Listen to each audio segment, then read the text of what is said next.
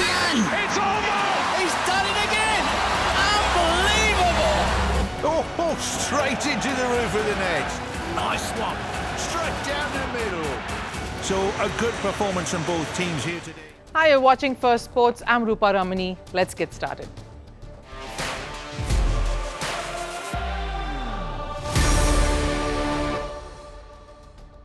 On the show today, Australia's rivalry with India only keeps intensifying. Both the men and women are locked in battle on the field, but who's winning it outside of it? And is that the reason fueling Australia's love-hate relationship with India? Stay on to get a lowdown on it. Accusations and murmurs grow of Saudi Arabia and Qatar getting preferential treatment in their road to World Cup 2026 qualification. Is that factually correct? We decode it right here for you. And what's a fun way to get Japan and the United Kingdom closer? Simple. Organize a sumo wrestling event in London, of course. Pictures of sumo wrestlers touring London go viral. We'll show you what they were up to. But first, the headlines on Sports 360. Starting with cricket and the Women's World Cup, South Africa beat England by 125 runs to enter the final. Put into bat first, Laura Woolvart's 169 powered the Proteas to 319. In response, Marizanne Cup picked up 5 wickets to bowl England out for 125. This side lost to England in their opening game of the tournament, getting dismissed for 69. Of course, they'll play the winner of the India and Australia clash. The two teams sporting black armbands during their semi-final today, a tribute to the 17-year-old Australian cricketer Ben Austin, who died after being struck by a ball during a training session despite wearing a helmet. The second such instance in Australia after the world witnessed the tragic death of Phil Hughes in 2014. On to football, Liverpool's poor 2025 season continues. The Reds suffered a 3-0 defeat to Crystal Palace in the League Cup 4th round. Ismail Sarr scored a brace and an inexperienced Liverpool side failed to bounce back. Manager Arne Slot is facing criticism for resting key players. In chess, world number 1 Magnus Carlsen has won the Clutch Chess Championship with 2 rounds to spare. The Norwegian played the tournament for the first time since 2022. Carlsen beat world champion Gukesh Dommaraju 5 times in 6 games. He took home her staggering $170,000 as prize money.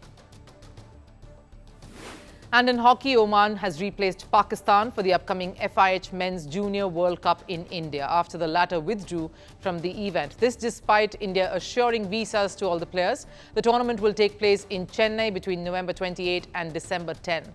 Earlier, the Pakistan senior side refused to travel to India for the Asia Cup.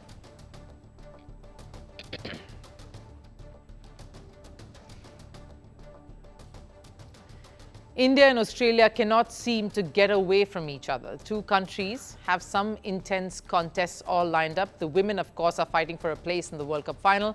The men are engaged in a T20 series down under, much to Australia's delight. But guess what? No matter what the results say, India will always be the real winner here. It sounds a bit strange, isn't it? Now, Cricket Australia has reported a loss in their last financial year yet again, but the reason the loss they declared was lesser than what they'd incurred the year before is because of only one country, and that's India. So the question really is India really fueling this rivalry that Australia seemed to be only benefiting from?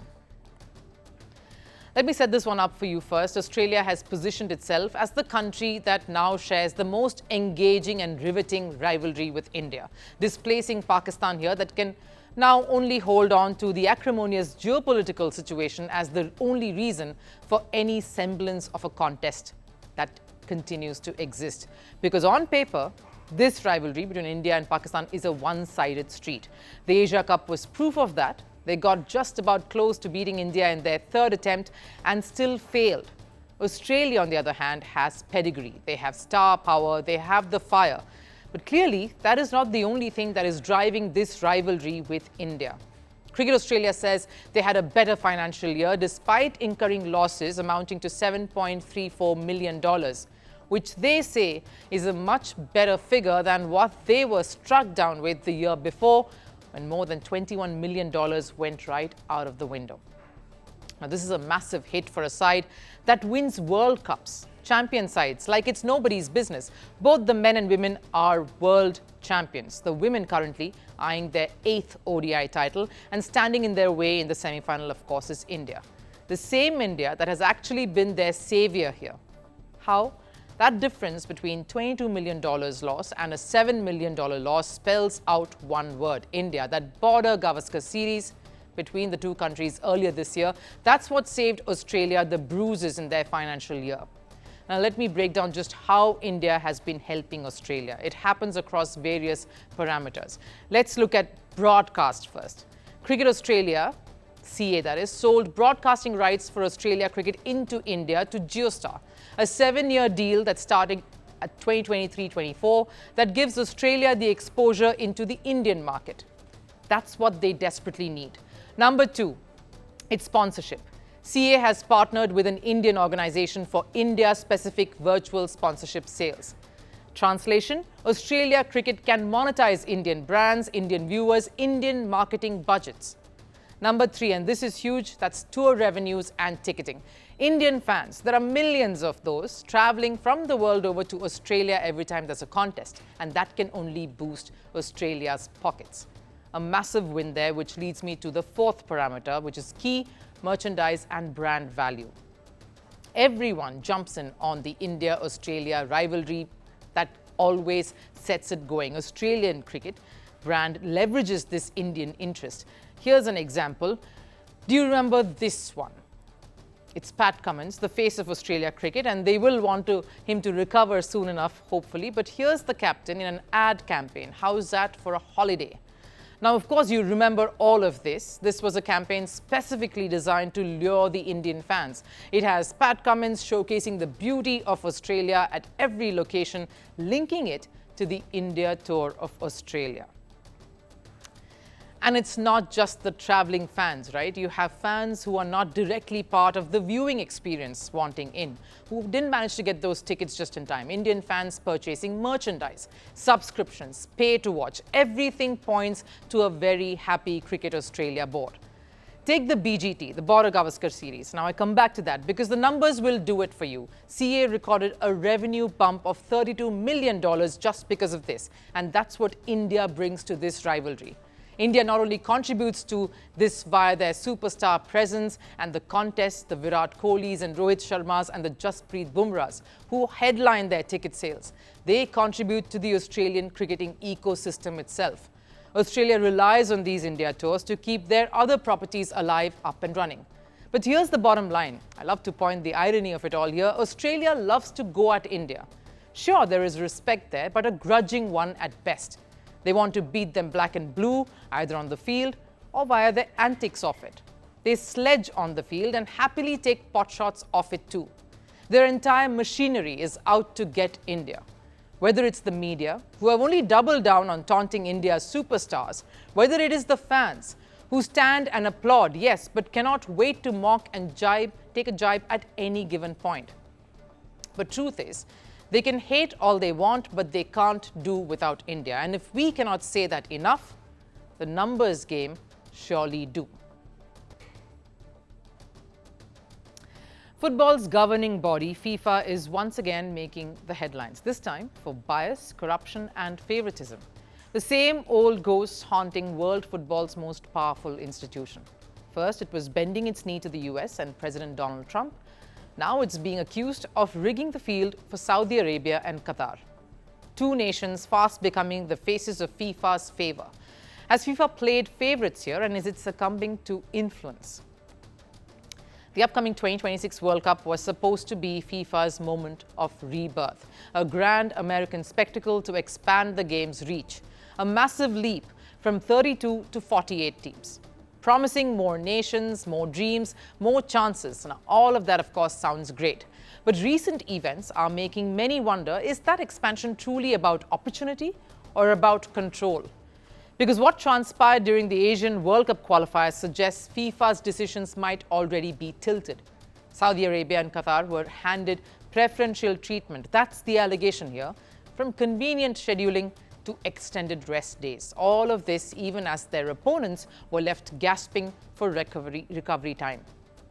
And these aren't baseless rumors. They've sparked a wave of outrage across Asian football federations because what's being questioned here is FIFA's integrity itself. First, how does qualification work here? 46 teams enter the competition for 8 direct spots at the finals. 20 lower-ranked sides compete for 10 spots in round 1. 36 teams play for 18 places in round 2. 18 teams battle for the final 8 direct entries in round 3. Now, among those 8 are Qatar and Saudi Arabia. They made it through, but that's when the questions arose. Was the route all fair? Because while most nations had to play in neutral venues, Qatar and Saudi Arabia fortunately and rather conveniently got to play at home. Their rivals like UAE and Iraq were denied equal rest and recovery periods. The result, a visible dip in performance and anger from fans all over.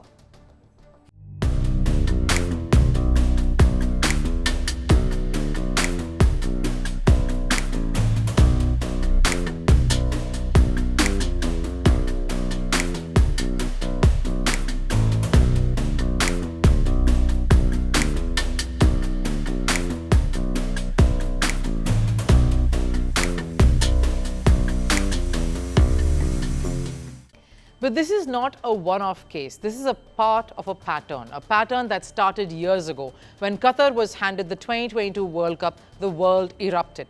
The backlash was monumental. Human rights violations, extreme heat, migrant worker deaths, and yet FIFA defended them all till the final whistle. If you fast forward to today, Saudi Arabia has been handed hosting rights for the 2034 edition without a real contest. No bidding war, no debate, just one candidate and one decision, and one predictable outcome. Australia, the only potential rival here and the rival bidder, withdrew at the last moment. Sources, of course, suggest FIFA's internal messaging made it clear the deal was already sealed. The FIFA World Cup 2034 will be Saudi Arabia.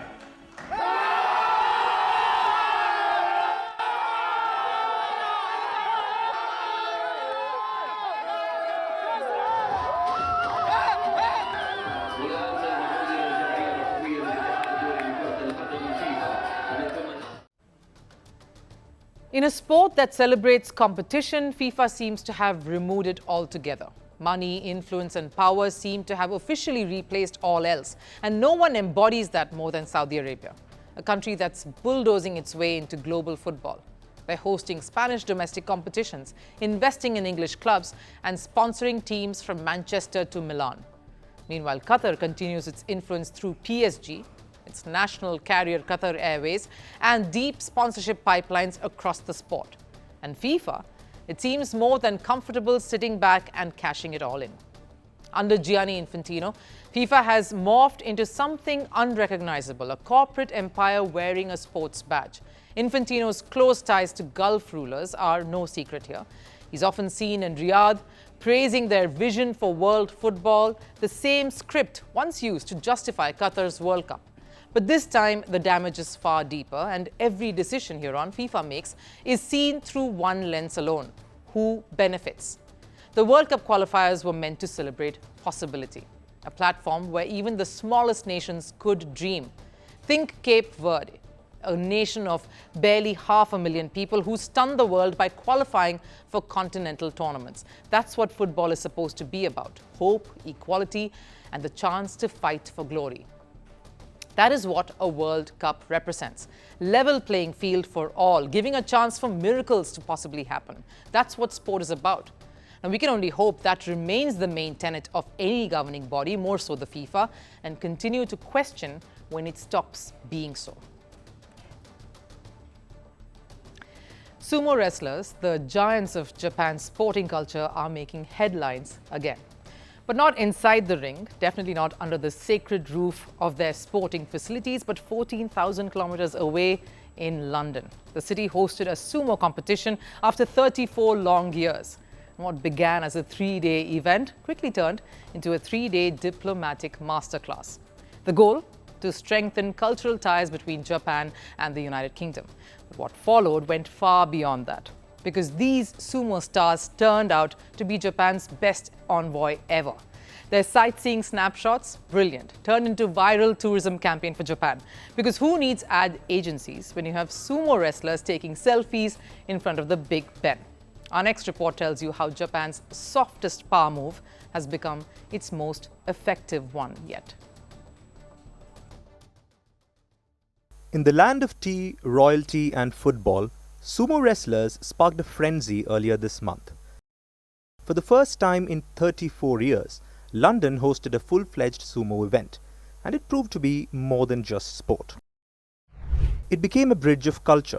Japan and the UK, two nations built on discipline, decorum and deep respect, now found common ground in the world's oldest combat sport. But what made this story truly unforgettable is how it went beyond diplomacy. It wasn't a stiff ceremonial flag wave. It was fun. It was emotional. It was human. Because the moment these massive athletes stepped out of the ring and onto the streets of London, everything changed. Sumo wrestlers in traditional robes walking past the Big Ben, taking selfies on the Tower Bridge, smiling with Londoners in Trafalgar Square. Those visuals broke the internet. What began as a cultural exchange suddenly turned into a global tourism campaign without a single marketing brief. Think about it. No million-dollar ad shoots, no glossy slogans, just Japan's most iconic athletes wandering through London's landmarks doing what they do best: connect, entertain, inspire. It's soft power without the PowerPoint. And it did not stop at the landmarks. Even Potterheads got a surprise when the sumo stars stopped at platform 9 3/4. We're not sure if that platform took them to Hogwarts, but if it did, we're betting that Hagrid would have had one serious sumo match waiting. Either way, this sumo safari through London was surely making it one magical experience for everyone who ended up being a part of it. But here's the kicker. It's not just London benefiting from all this. Every Londoner who watched these giants perform, every tourist who clicked a selfie, every kid who gasped at their sheer size and grace is now Googling sumo, Tokyo and Japan travel. That's cultural marketing gold, and Japan did not spend a single yen on this. In fact, this isn't new. Japan has been mastering the soft power playbook for years. From anime and sushi to samurai and sumo, the country has turned heritage into influence. And this latest move fits perfectly into that strategy. Because for many in the West, sumo is seen as old-fashioned, slow, ceremonial and maybe even outdated. But in London, the world saw something new, a sport of strength, ritual and incredible discipline. And when those athletes cycled through London streets, yes, cycled, they didn't just show power, they showed personality. In that moment, they weren't just athletes, they were ambassadors of Japan's soul. And that is the beauty of it. Sport doesn't always need a scoreboard or a champion that fits the conventional mold. Sometimes it just needs a stage. And Japan, through sumo, just proved that the heaviest athletes in the world can deliver the most feather-light diplomatic touch and nail it. It's the kind of influence you don't shout about.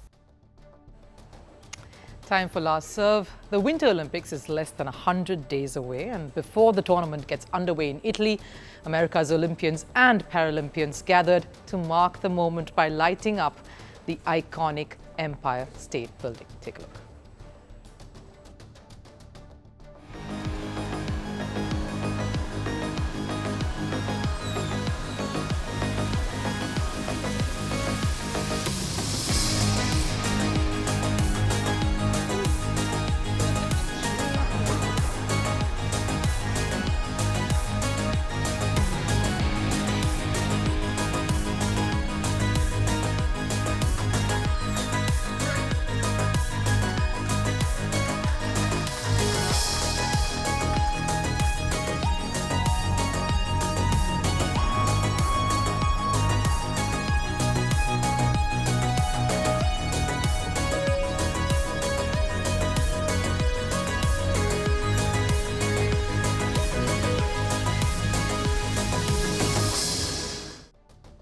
That wraps it up here on First Sports. I'll of course see you again tomorrow. Till then, do take care. Bye-bye.